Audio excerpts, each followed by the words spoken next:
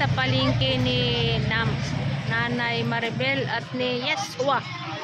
So, pasyal sila ng daet sa palengke at baka uwi na lang sila ng Davao. Hindi pa nakita yung palengke. Kaya ngayon po ay punta kaming palengke at kami ay mamamalingke.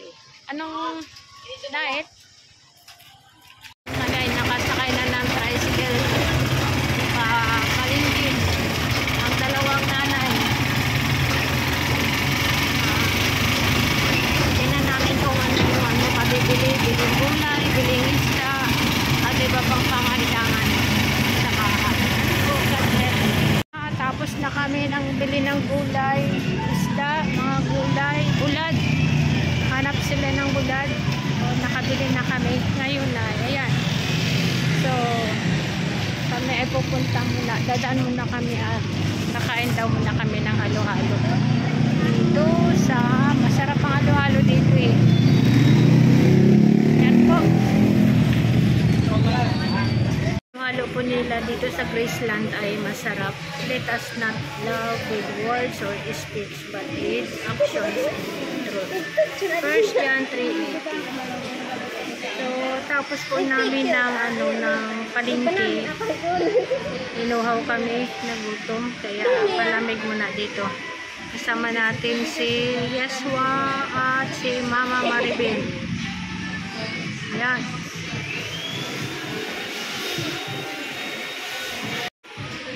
Guys, halo-halo muna tayo guys dahil sa mainit na panahon. Halo-halo muna kami.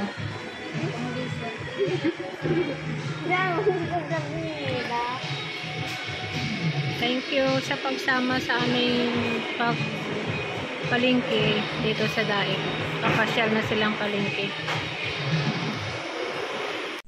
So yun guys, ito po yung pinalingki nila kanina, naubos na. Oh. Ay, paboritong loto ni Edward. Oh. Alam nyo guys, 3 klaseng inihaw ang kaya ni Edward, pati pirito, 3 klaseng prito, nay hilaw, nay tama-tama, nay ning kaging.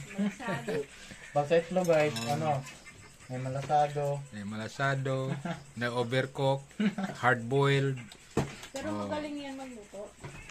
Yan. So ito po ay tilapia, tapos ito bangos. Tapos sausawan guys, may yan, may sili yan. Pero mayroon ding walang sili para sa mga bata. Ayan. So kain tayo. Nag-ano pala sila? Nag-halo-halo. Ay, grabe. Hindi ako sinama yan ay. Kailan tayo halo-halo? Girls day out yun. Ay, grabe. Sama ang boys. Kami lang rate namin ng mga ladies.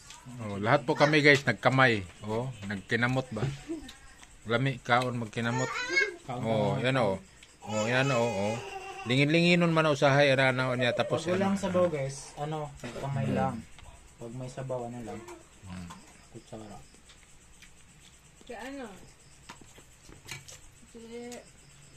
ang mga bukog mura gitila kidlat. Tapos himagas guys, saging saging lakatan, organic na lakatan. Walang spray yan. Hinog sa puno. Nahinog lang, walang ginamit na pampahinog. Hinog lang sa puno yan. Yan, sa katatapos na natin kumain at kanina hindi namin alam, nagpalingki pala sila at naghalo-halo. Pero okay lang po kasi yan, girls day out. Yan, so init kasi ang panahon guys. Sarap talaga maghalo-halo. Tapos yun, thank you sa sa masarap na hapunan, inihaw, luto, paboritong luto ni ni Edward.